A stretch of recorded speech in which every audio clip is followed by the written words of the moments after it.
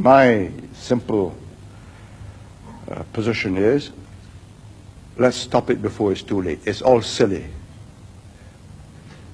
However hard the Christians can try, they are not going to make Singapore a Christian society. It's just not possible. They have tried in China, it failed. Did Prime Minister Lee Kuan Yew see Christians as a danger to Singapore? I'm Goh Sun Huat from Arts and Social Sciences, Year 3. Mr. Chairman, I have a question for the Prime Minister. Does the Prime Minister foresee a decline in religious tolerance in the near future in Singapore? I do not foresee, I have already seen.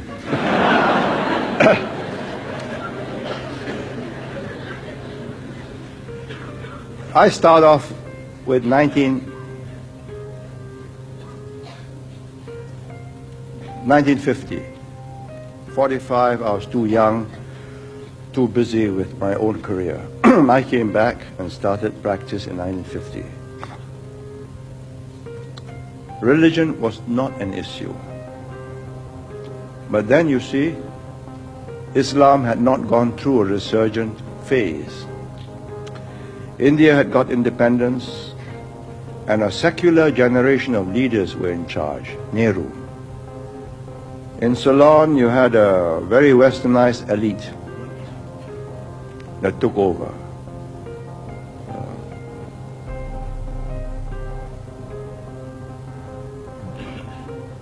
Buddhist nominally, but very accommodating of other religions. And that was the mood throughout the world, and Singapore and Malaysia was part of that milieu.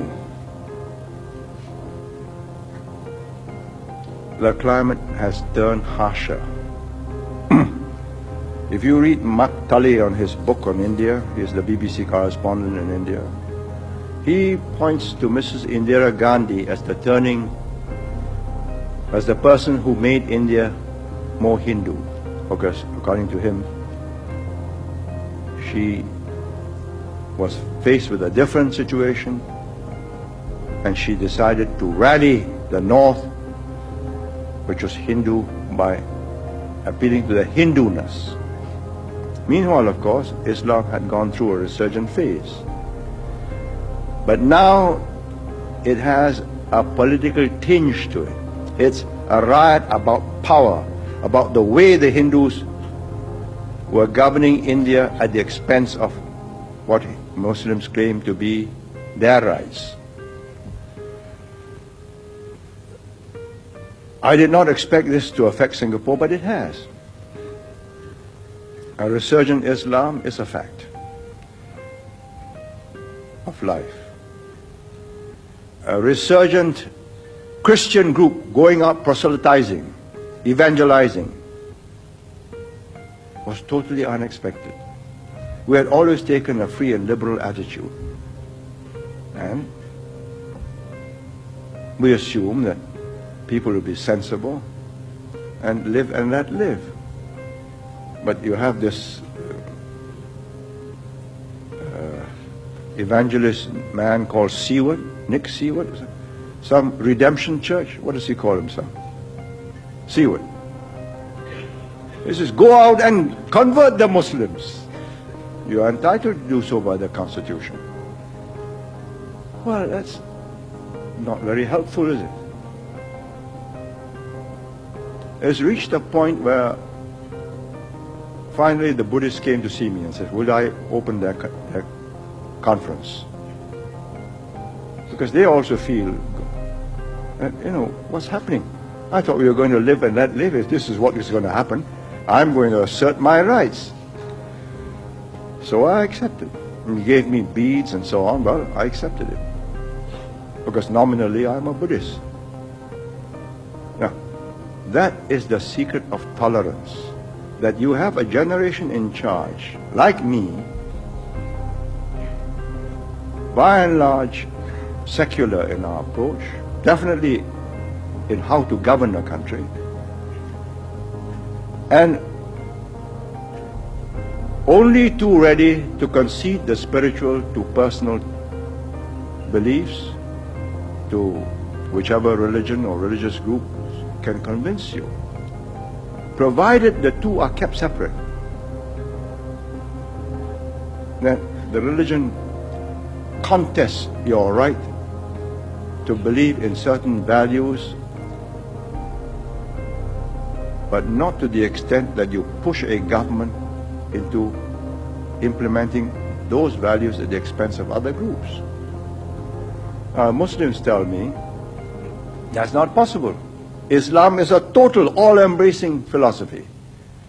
The charismatic Christians tell me the same. And if this goes on, we're going to have unpleasantness. Friction there already is, clashes are coming. And my simple position is, let's stop it before it's too late. It's all silly. However hard the Christians can try, they are not going to make Singapore a Christian society. It's just not possible. They have tried in China, it failed. There's something about ancient civilizations, both India and China, the Christians did not convert. They converted segments.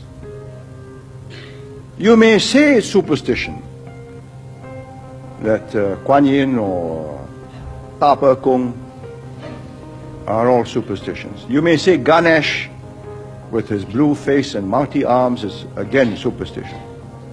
But it's given succor, comfort, relief to successive generations for thousands of years. Who are you to say that your Bible is not superstition? They have converted whole island communities like Fiji. All the native Fijians have become Christians, but not the Indians in Fiji. So I tell these Christian groups, let's have a sense of proportion. Let's live and let live. You're not going to change the world. Maybe you change a few individuals for a very brief period of time, maybe a few years. He gets excited and he's seen the light. But he's got to live. And you look at the Europeans. They were the earliest Christian nations. They're not excited. Their churches are being deconsecrated and becoming bingo halls. So, why do we need to be excited? But we are going through that phase, and I think sensible, sensitive, but firm government will ride this patch. Soft government, trying to accommodate everybody, will lead to big mischief. Lee Kuan Yew, Singapore's founding prime minister, expressed concerns about the growing religious fervor and its potential impact on Singapore's societal harmony. He did not see Christians specifically as dangerous, but was wary of the broader implications of religious zeal, whether from Christians, Muslims, or other groups, on the country's multicultural society. In his speech, Lee Kuan Yew pointed out that Singapore had traditionally adopted a live and let live approach, assuming that people would be sensible and not push their religious beliefs on others in a way that could create conflict. However, he observed that this balance was being threatened by a resurgence in religious evangelism and proselytization, particularly among Christians and Muslims. He mentioned a specific case of a Christian evangelist encouraging the conversion of Muslims, which he viewed as unhelpful and likely to create tensions. He noted that such actions could lead to friction between religious groups, which he wanted to avoid. Lee's approach was to maintain a secular government that would allow personal religious beliefs to flourish privately without letting any one religion impose its values on the state or other communities. Lee's concern was about maintaining social cohesion in a diverse society. He warned that if religious groups continued to push their agendas too forcefully, it could lead to unpleasantness and clashes, which he wanted to prevent by urging a more measured and proportionate approach to religious expression. He highlighted that attempts to make Singapore a predominantly Christian society, for instance, were unrealistic, given the deep-rooted cultural and religious traditions of other communities. So, in that video, Lee Kuan Yew did not view Christians as inherently dangerous, but was concerned about the potential for any religious group to disrupt social harmony through aggressive evangelism or by pushing for government policies that might alienate other groups. His priority was to maintain peace and stability in Singapore's multi-religious context.